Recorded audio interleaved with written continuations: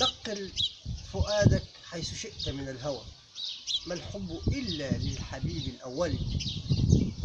كم منزل في الأرض يألفه الفتى، وحنينه أبدا لأول منزل. اللي قال الأبيات الشعرية دي حضراتكم شاعر اسمه أبو تمام الطائي.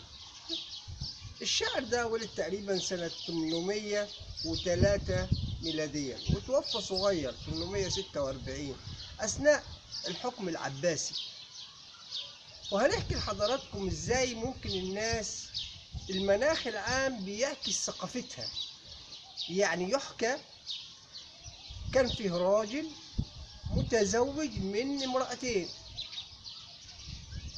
فكانت الزوجة الجديدة حبت تغيظ أو يعني زي ما بنقوله كده بالعامية، يعني تتباهى إنها زوجة جديدة على حساب الزوجة القديمة أو الزوجة الأولى. فقالت إيه؟ ثوبان، دي الزوجة الجديدة اللي بتقول: ثوب به البلاء وثوب بأيدي البائعين جديد. عايزة تقول يعني بالمثل الدارج إن أنا الزوجة الجديدة. فردت عليها الزوجة الأولى بالأبيات الشعرية بتاعت أبو تمام الطائي، فقالت إيه؟ نقل فؤادك حيث شئت من الهوى، ما الحب إلا للحبيب الأول.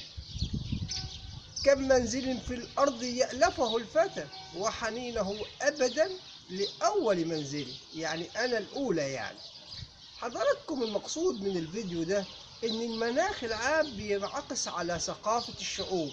المناخ العام بينعكس على أسلوب الكلام ما بين الناس. يعني تلاقي مثلا إن المناخ اللي هو سائد فيه اللغة، سائد فيه الرقي في التعامل، حتى لو كان فيه مكايدة ما بين زوجتين بيبقى بأسلوب راقي. ده المقصود.